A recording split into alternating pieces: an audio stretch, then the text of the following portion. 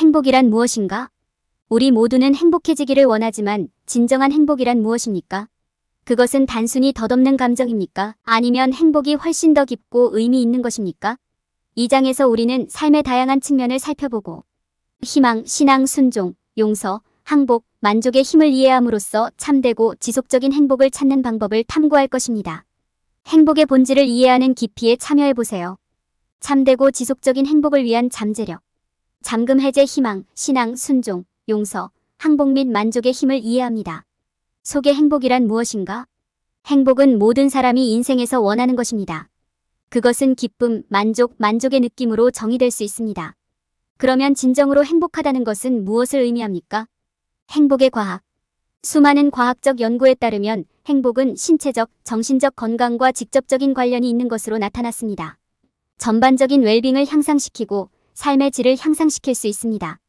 연구자들은 좋은 관계, 공동체의 이론, 의미 있는 일, 목적의식 등 행복에 기여하는 여러 가지 요소를 확인했습니다. 다양한 유형의 행복. 행복은 인생에서 무슨 일이 일어나고 있는지에 따라 다양한 형태로 옵니다. 단기적인 행복은 일반적으로 맛있는 식사를 즐기거나 목표를 달성하는 등의 순간에서 파생됩니다. 반면 장기적인 행복은 더욱 지속 가능하며 삶에서 기쁨과 만족감을 느끼는 데 달려 있습니다. 기쁨과 만족은 행복의 두 가지 주요 유형입니다. 기쁨은 강렬한 행복이나 기쁨의 느낌이고 만족은 기쁨이나 만족의 느낌입니다. 기쁨은 단기적인 경향이 있는 반면 만족은 대개 장기적입니다. 진정한 행복을 찾으려면 종종 이 두 가지 감정을 모두 활용해야 합니다. 일시적인 기쁨의 순간을 즐길 수도 있지만 만족은 더 깊고 오래 지속되는 행복감을 가져올 수 있습니다. 행복은 복잡한 감정이지만 기쁨과 만족을 위한 시간을 만들 때 찾을 수 있습니다.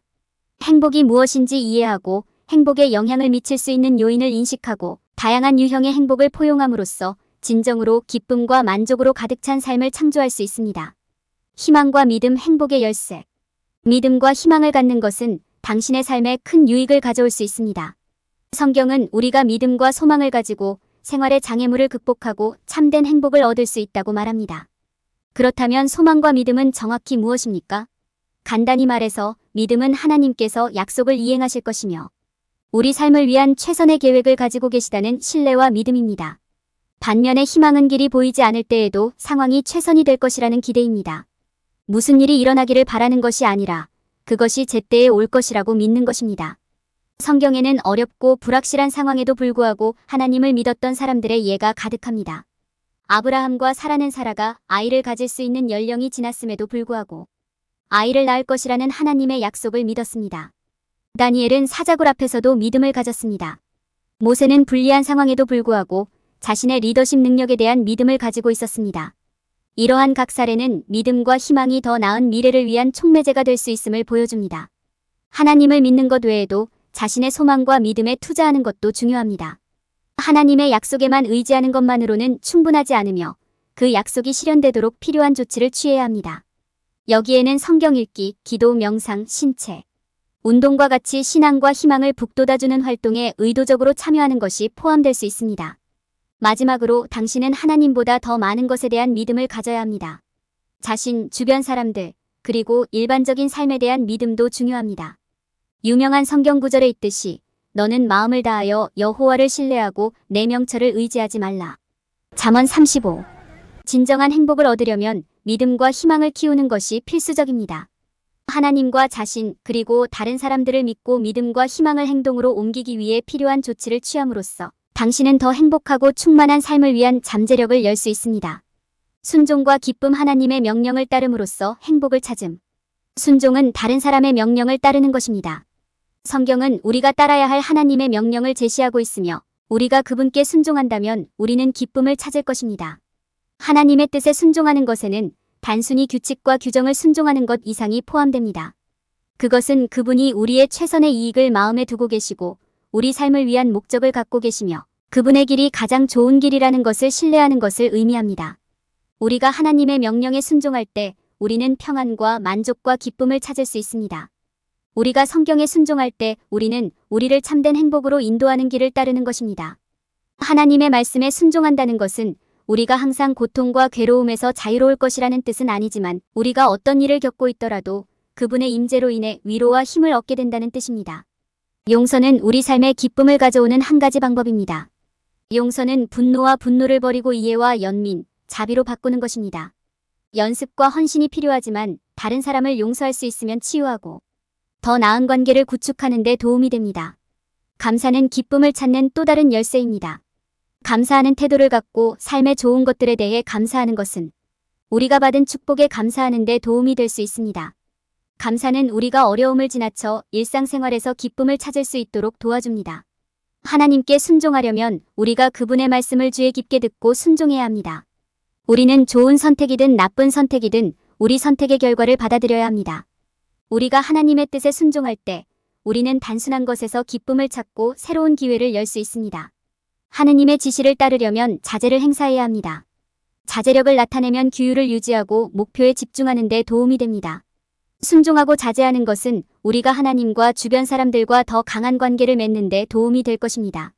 우리가 하나님께 순종할 때 우리는 삶에서 기쁨을 찾을 수 있습니다. 순종, 감사, 자제, 용서를 실천할 때 우리는 참된 행복의 가능성을 열어줍니다. 궁극적으로 우리가 하나님의 명령에 순종하고 그분의 뜻을 신뢰할 때 우리는 기쁨과 평화의 문을 엽니다. 용서, 평화로 가는 길. 용서는 기쁨, 평화, 성취의 삶을 사는 데 중요한 부분입니다. 그것은 다른 사람의 잘못을 용서하고 과거의 상처와 고통을 없애는 힘입니다. 그것은 어려운 과정이지만 진정한 행복의 삶을 살기 위해 꼭 필요한 과정입니다. 성경은 용서의 중요성에 대해 많이 이야기합니다. 누가복음 6장 37절에서 예수님은 우리에게 용서하라 그리하면 용서를 받을 것이요라고 가르치셨습니다. 에베소서 4장 32절도 서로 인자하게 하며 불쌍히 여기며 하나님이 그리스도 안에서 너희를 용서하신 것과 같이 서로 용서하라고 말하면서 용서의 필요성을 말합니다.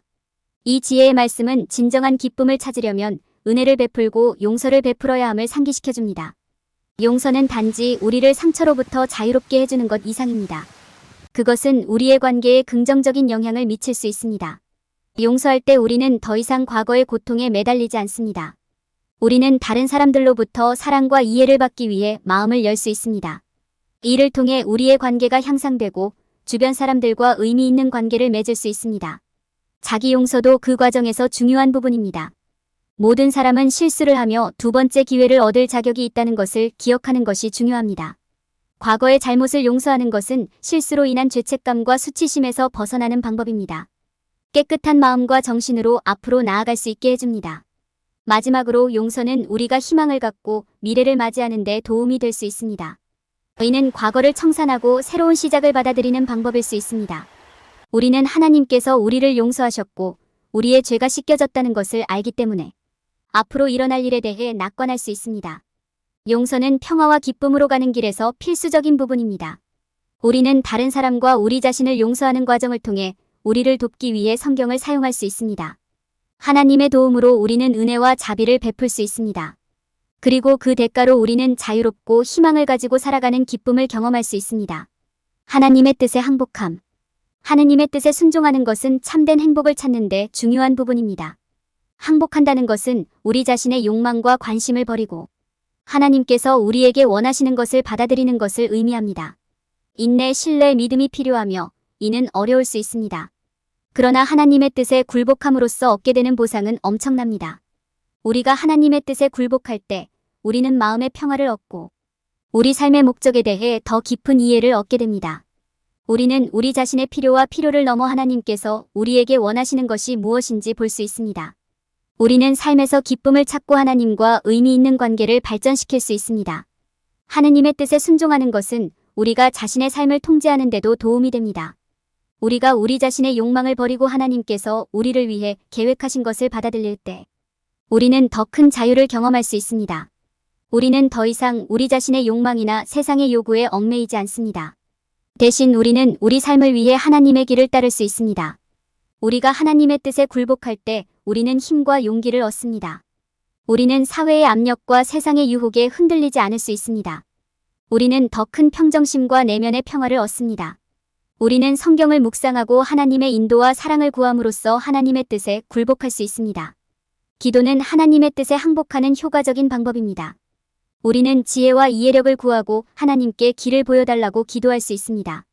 우리는 또한 하나님의 메시지를 더 잘 이해하기 위해 묵상하고 시각화를 사용하여 우리의 가장 깊은 생각과 감정을 탐구할 수 있습니다.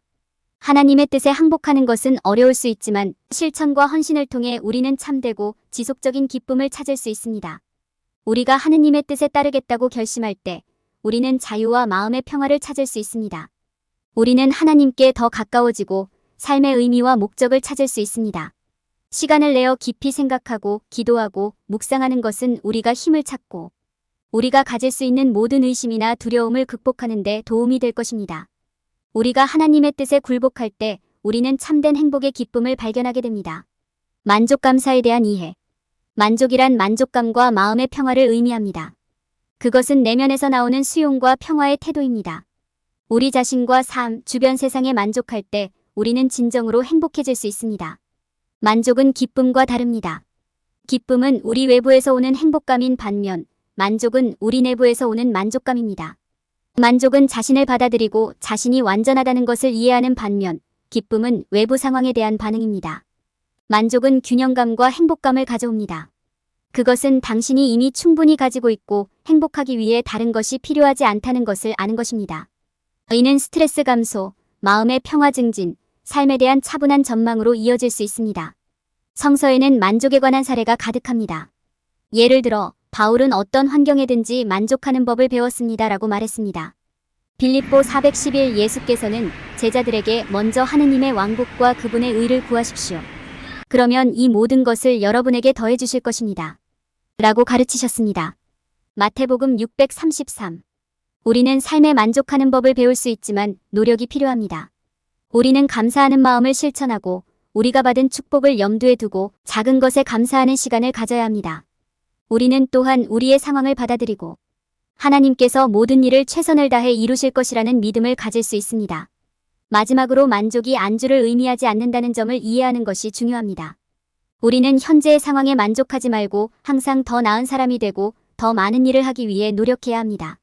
만족이란 현재 순간의 가치를 인식하고 필요할 경우 변화를 일으킬 수 있는 용기를 갖는 것입니다. 만족은 행복하고 충만한 삶의 열쇠입니다. 수용과 감사의 태도를 통해 우리는 삶에서 균형과 기쁨을 찾을 수 있습니다. 성서에 나오는 예를 이해하고 따르면 우리는 참된 행복을 발견하는 길에 들어서게 될 수 있습니다. 결론. 이 장에서는 행복의 개념과 이것이 어떻게 희망, 믿음, 순종, 용서, 굴복, 만족과 연결되는지 살펴보았습니다. 진정으로 행복한 존재 상태로 이어지기 위해서는 이러한 요소들이 함께 작용해야 한다는 것은 분명합니다. 진정한 행복을 얻으려면 세상에 대한 자신의 행동과 반응을 의식해야 합니다. 이러한 요소들 사이의 역동성을 이해하면 누구나 삶의 기쁨과 만족을 경험할 수 있습니다.